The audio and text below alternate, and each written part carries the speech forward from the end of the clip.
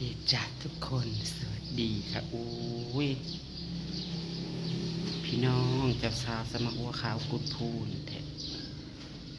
ค่ะไก่ฮอดมือสกอนจังสิไปโกไปจีเขาก็ขึ้นมาแต่เลือกตั้งเลือกตึงมื้อนี้ก็เป็นมือเลือกวันเลือกตั้งของสปป.ลาวเด้อพี่น้องเอ้ยเลือกผู้นำใหม่ค่ะดีใจจังเลยที่ได้ผู้ที่มาบริหารจนเมืองใหม่แล้วอุ้ยบริหารบ้านเมืองใหม่เนาะบ่แม่นว่า เอาทีโอ้ยโอ้ยโอ้ย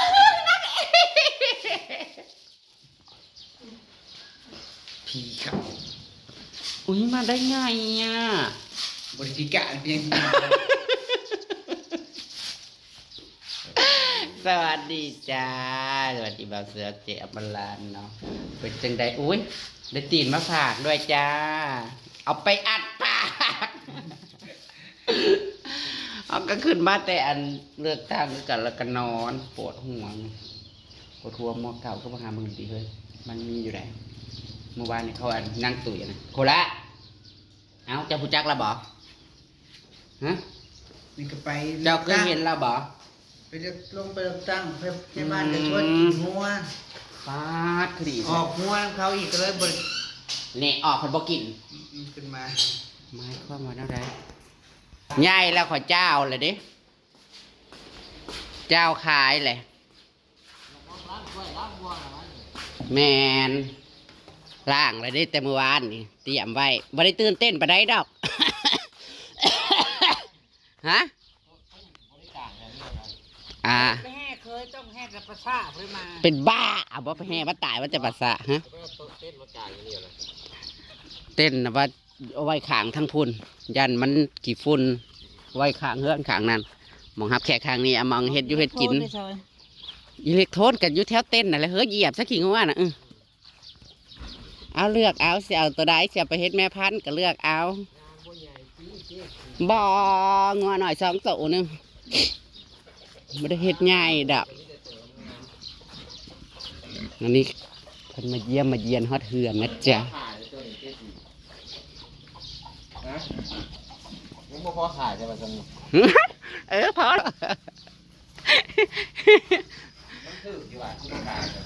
โอ้ยยังรอแม่ค้านี่นั่นนัดแม่ค้าไว้ว่าประมาณถ้าว่ายังมีคิวอีก2 คิว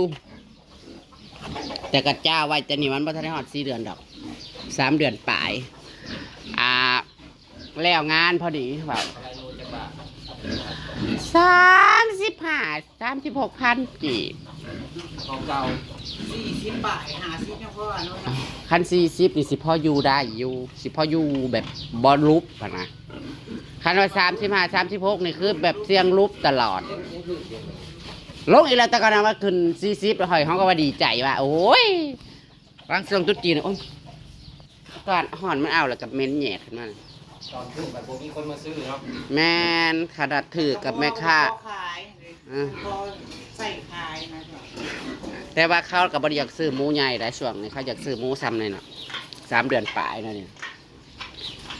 แต่3 เดือนปลายก็เห็นแล้วได้นี่ขี้ข้านลูกเลยนี่งวกทั้งอันนี้เลยการนั้นแล้วก็เขามันบกุ้มขวอาหารอะไรมันจังหวะรูปนั่นหมูน่ะจังหวะงามหมูสุดนี่นะหมูบ่ได้เป็นยังหรอกนะตรงนี้นี่บักเทิกเห็นอุยลุยอยู่นี่3 เดือนม่วน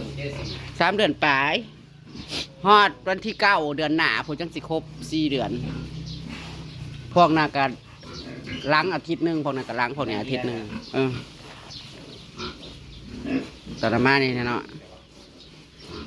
คอยกับฟังเบิ่งสุดนี่แล้วว่าเสือเอ้ยบ่นั่นแหละก็ยุดจะเอาเป็ดไก่มาเลี้ยงมาขึ้นมาเลี้ยงมาคุ้นซะนี่หันบ่ไหวแล้วเฮ้ยเลี้ยงบ่ได้บ่มีกำไรมันก็บ่อยากดันทุลังไปแล้วยังไง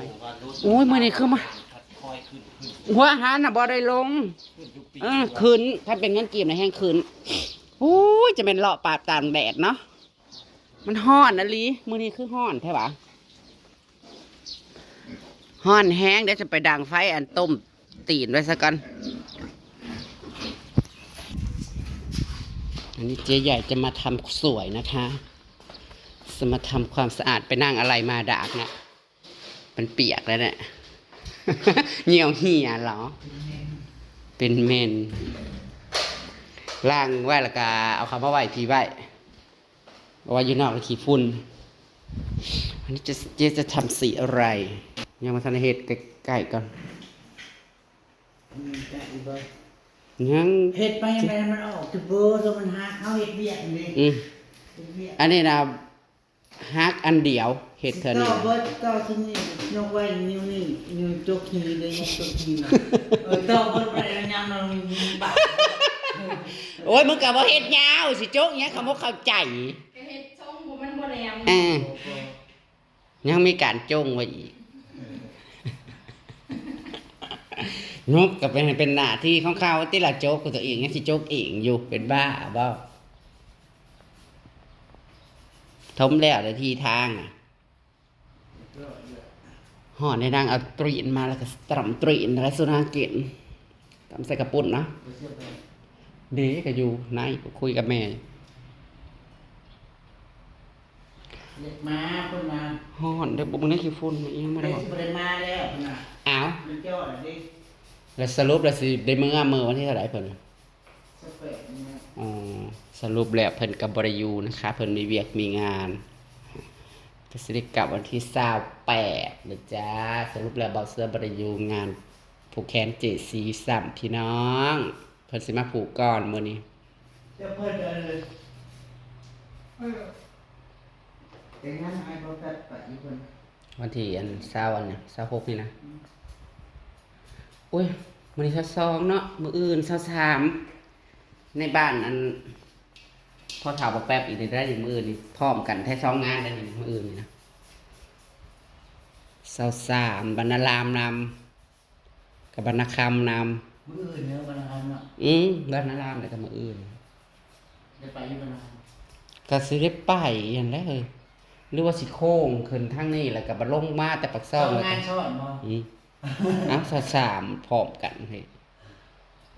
มีแต่งานมีแต่งาน งานสันน่ะสิประมาณสุดท้าย เพราะว่ามันสิ งาน อืม แต่ละสี่งาน งานอันแป๊บนํ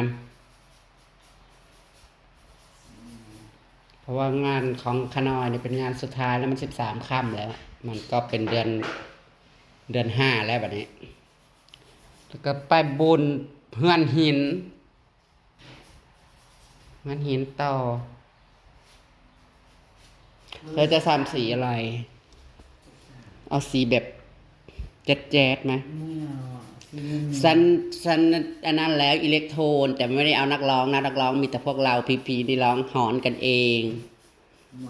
อยากได้รอบไหนก็ร้องเอา มันจะได้ม่วน ฉันว่าไม่ต้องมีนักร้องเราแย่งไมค์กันเลยเนาะ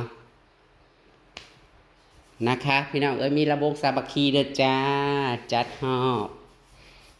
ครูพี ครูบ่าวสาวทางใจก็บ่ได้ค่อยตื่นเต้นไปได้ดอกผู้ล้างถ้วยล้างบ้วงไว้ตั้งแต่เมื่อวานงานกับตังวายังอีกอาทิตย์หนึ่งทำไมรีบล้างจังบางคนว่าโอ้ยบ่รีบดอกจ้าแล้วก็แล้วฝุ่นมันก็บ่ปานใดดอกครับมาไว้ในจ้าฮอดมือก็แค่กระดาษเช็ดเอาแล้วก็ใส่เลยค่ะตักลาบตักแกงใส่เลยแล้วก็อีกอย่างผูกแขนนี่มีอะไรนะมีสินสอดไหมหรือว่าผูกแขนใส่ซองกันเฉยๆแบบตอบหน่อยสิกูจะตอบยังไงอ่ะ มาลูกแปลนี่ไงเนี่ยก็ เยอะใช่ อยู่วัด เราเห็นอย่างนั้นแบบ เราต้องไปบ้านเพื่อน อ๋อเลิกตั้ง มีชั้นเฉาะบ่ จ้ามีสินสอดบ่หรือว่าผูกแขนอันใส่ซองกันซื่อๆข้าเจ้าถามแล้วกูก็ยังงงอยู่ บ่ได้หมายถึงว่าฉันผูกแขนหารายได้จังซี่หรอคำถามนี่น่ะ แล้วก็ผูกแขนแบบจัดงานผูกแขนอันนี้ซื้อบ่ประมาณนี้หรือว่ามีสินสอด ว่าผูกแขน มีสินสอดหรือบ่มีสินสอดเขาก็ต้องใส่ซองผูกแขนอยู่แล้วบ่แม่นบ่ ว่าทีมงานน่ะใช่ อ่าถึงว่าสิบ่มีจังไดก็ผูกแขน ต่เขาเข้าใจว่า เออ แบบผูกแขนมันมีแบบแต่งกันแบบนี้บ่แล้วมีสินสอดแบบนี้บ่เข้ามาก็จะว่า สินสอดกันได้สอดในปากหั่นแหละจ้าสอดไปสอดมา สอดหลอดแสดแหลดค่ะ แล้วแม่ก็จะมาที่ กะว่าที่1หล่นแล้วตอนเช้ามาแต่เช้าเลยเด้ขึ้นแต่มาแต่ตี4ก็ฮอดพี่ก็คันขี่รถไว้กับ2ชั่วโมงรถใหญ่นะ 6 โมงก็ฮอดอะ ฮะ ก็ประมาณรถคันหนึงนี่แหละก็หาหมู่หาครูพี่น้องเพิ่นนั่นแหละ ไอ้มันก็ใช้เวลาบ่ไกลแต่มันบ่ได้ไกล ขนาดกูขี่รถจักรก็ยัง2ชั่วโมงกว่าเท่านั้นรถใหญ่คันแม่นว่าขี่แล่น100นี่มันบ่ฮอดดอก2ชั่วโมงหัวทางมันเขาสอบแน่แหละเด้มันก็แล่นได้สะดวกอยู่ มันบ่ได้มีกันคุม แบกูสิได้ไปนอนมันน่ะ อยู่อันนั้นเสถมองนะ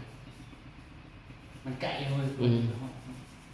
ถ้าไปเช้าๆก็ต้องไปเตะตีชาตีสี่ นั่นแหละแต่ว่าเราก็บ่ได้บอกดอกกันก็นี่คือเรียกกับเจ้ากันแล้วว่ามันไก่อีกอย่างกันแล้วก็เอาแต่พี่แต่น้องอันนี้เด้ครั้งที่เท่าไหร่แล้วเนี่ยเมียที่เท่าไหร่เนี่ยโอ้เมียเก่านี่อยู่ที่ไหน ซอง ปักซองใดปักซองเฮานี่อ๋อนึกว่าปักซองไปไก่นางจะต่อเล็บนะจ๊ะเดี๋ยวลงไปเอายานี้ก่อนพี่น้องเอ้ยแล้วกัน เฮ็ดเล็บพี่น้องโอ้ยมื้อนี้ แต่เฮิงกูนั้นอันเฮ็ดนะตั้งแต่เฮ็ดน้ำเมียจริงนะตั้งแต่ก่อนบุญบ้านมึงมันก็ให้นกเจียเอาให้มือบ้านน่ะ เพราะว่ามันโป่งยาว จกหืมจงไว้นี่สิเพราะจงไว้จกหืมโอ้จักสิจงมันไว้เห็นยังต่อเสริมหน้าเล็บเอาเฮ้ยมันก็จังบ่ยาวแฮง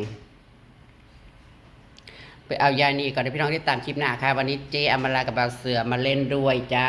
แต่เสียดายเนาะบ่าวเสือเพิ่นบ่ได้อยู่ฮอตมื้องานเจซีซัมเพิ่นสิเมื่อวันที่28เนาะจ้ะก็ไม่ว่ากันนะคะ เสาร์ก่อนจะสิเมื่อมันบ่ทันที่บ้าน เธอก็ยกคนเดียวค่ะ เธอก็เอาเสาลงหลุมคนเดียวค่ะ ตามคลิปหน้าแล้วกันพี่น้องเอ้ยต้มตีนไก่เจียวมาล่าเพิ่นเอามาเยอะแล้วล่ะสิเสื่อนกระปุ่นขึ้นมาเลยนะคะ